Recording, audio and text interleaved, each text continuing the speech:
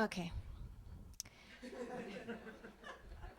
Right now, I feel like a pioneer woman going across the plains. You hear me, Linda? And yeah, and yes, we we've arrived. I don't remember the journey. My big question is with all of this, because books are such a traditional thing. They're print tangible items. They're intimate already. They don't require any batteries. They don't require anything other than you can take them anywhere. They're portable. I mean, okay, how much of this is trendy, technologically trendy, and how much of it is the very fact that people are so into reading that they just have to have their books available no matter what, downloadable.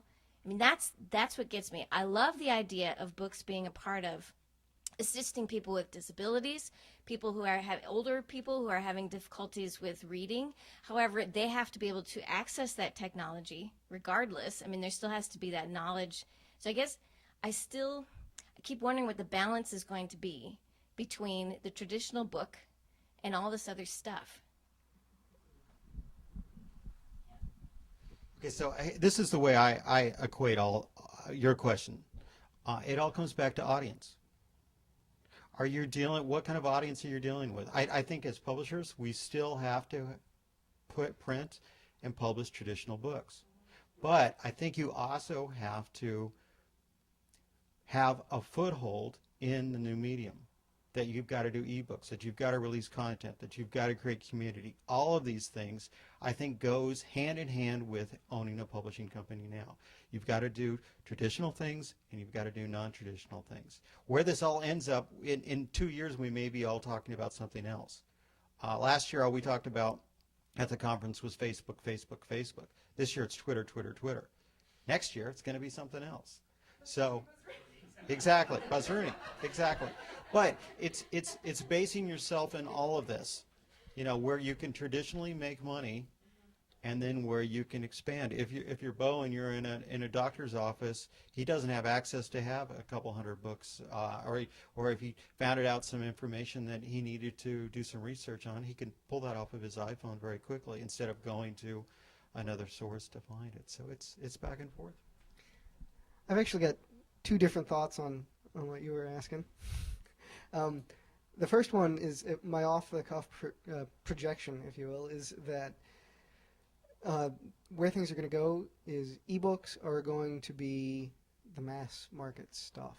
So bestsellers, things like that, those are going to be ebooks. Other stuff that people actually feel is a really valuable work, that's going to be print editions, deluxe sort of, very nice editions. The other side is community. In some ways, it's the print book is kind of an aberration in terms of storytelling because it's individual, and that's a radical change in how stories have always been. By going to ebooks and being able to bring the reading experience online and involve other people in it, in some ways you're going back to how things used to be, and you're making it a much more social activity. So I think there's going to be people who like that a lot. Is it social if we're all sitting in our own computers in our own little rooms? I mean, it's Well, somebody said, and I thought this was smart, that socials or that reading is a solitary activity, but the act of reading a book in totality is a very social activity. I read The Road because 20 of my friends read it, and we all talked about it.